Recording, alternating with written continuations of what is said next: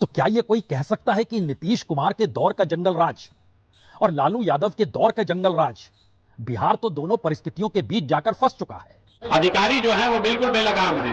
तो इसीलिए लोग हमको, जब हम पदयात्रा कर रहे थे तो लोगों ने बताया कि लालू जी के राज को अगर अपराधियों का जंगल राज कहा गया तो नीतीश जी के राज को अधिकारियों का जंगल राज कहना गलत नहीं होगा।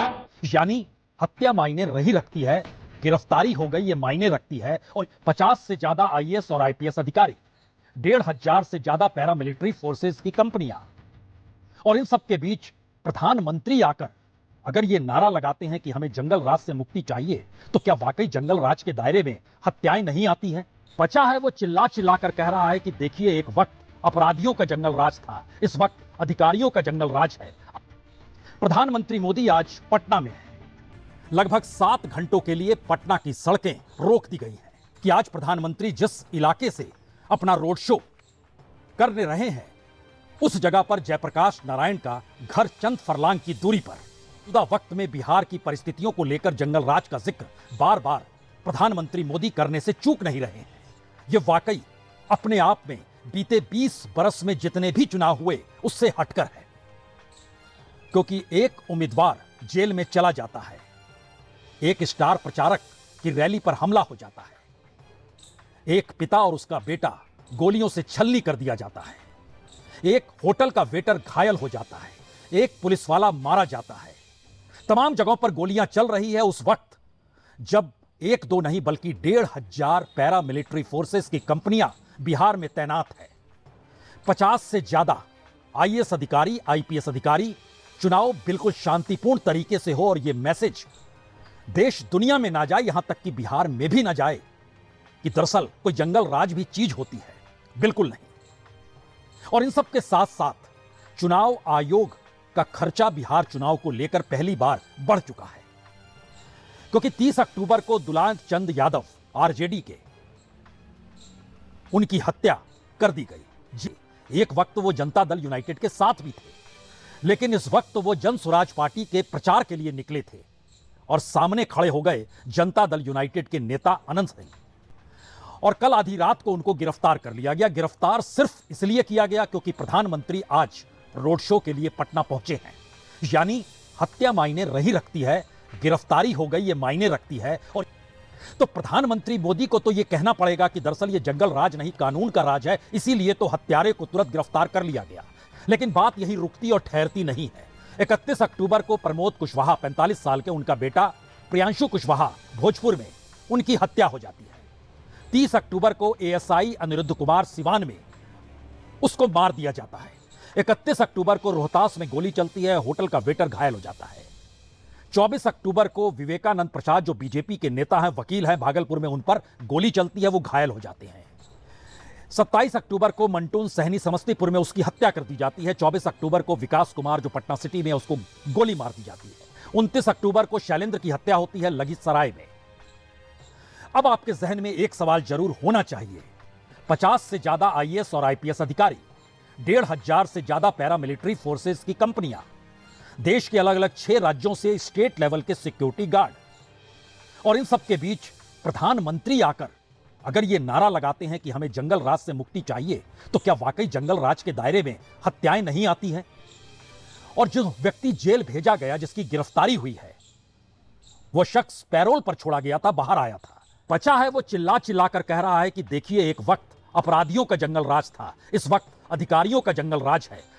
जिस कानून व्यवस्था के नाम पर लालू जी के जंगल राज को हटाकर लोगों ने नीतीश जी की व्यवस्था बनाई थी, पिछले 4-5 सालों से आप देख रहे हैं कि बिहार में करीब करीब वही स्थिति बन गई है जो पहले थी।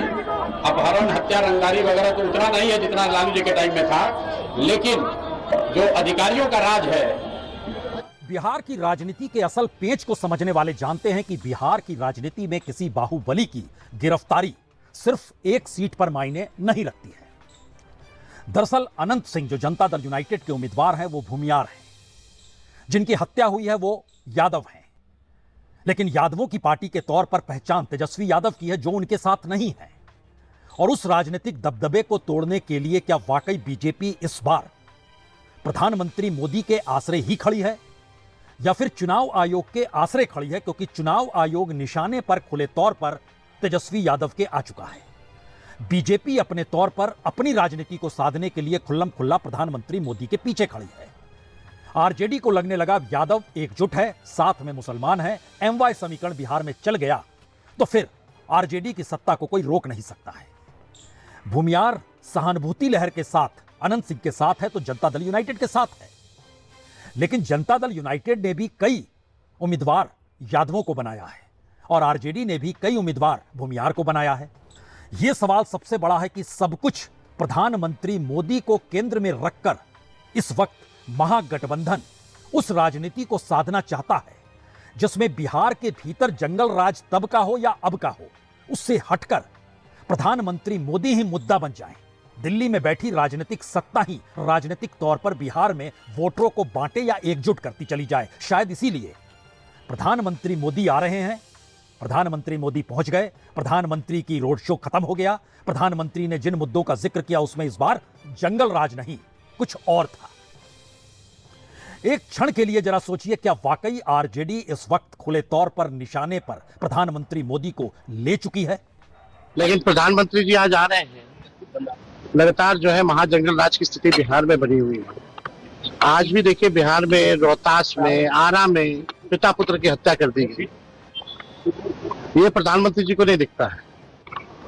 कोई ऐसा दिन नहीं बिहार में जहां गोलियां ना चल रही। गोलियों की तड़तड़ाहट से दहल उठा है पूरा बिहार। चाहे सिवान में एसआई की हत्या हो, आरा में 2 लोगों की हत्या हो, रोहतास में हो, मोकामा में हो, ये गुंडा राज है।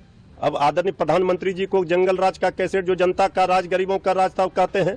अगर विपक्ष के निशाने पर प्रधानमंत्री मोदी हैं तो बीजेपी के पास रास्ता क्या होगा?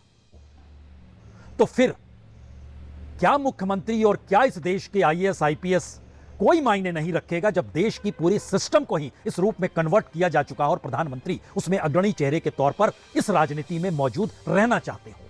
तो दूसरा सवाल, क्या यह देश बिहार के फेल्योर पर रोना रोए या प्रधानमंत्री मोदी ने जिस तरीके से इस देश की राजनीति को साधने की कोशिश प्रधानमंत्री की कुर्सी पर बैठकर की, आज उसका सवाल बिहार उठा पाएगा क्या? यानी तीसरा सवाल, वह राजनीतिक मजाज है जो राजनीतिक उपहास भी करता है और पॉलिटिकल ट्रांसफॉर्मेशन की दिशा में बिहार के वोटर अगर अगुवाई करने लग जाएं इस देश की, तो बिहार का चुनावी फैसला शायद इस देश के लिए एक मील का पत्थर साबित हो सकता है। और यही वो सवाल है जो बिहार के चुनावी गणित के बीच में आकर इसलिए खड़ा है क्योंकि आप बिहार में किसी भी मुद्दे को उठाएंगे, उस मुद्दे के कटघरे में हर राजनीतिक दल आपको खड़ा हुआ नजर आएगा। फिर आप करेंगे क्या?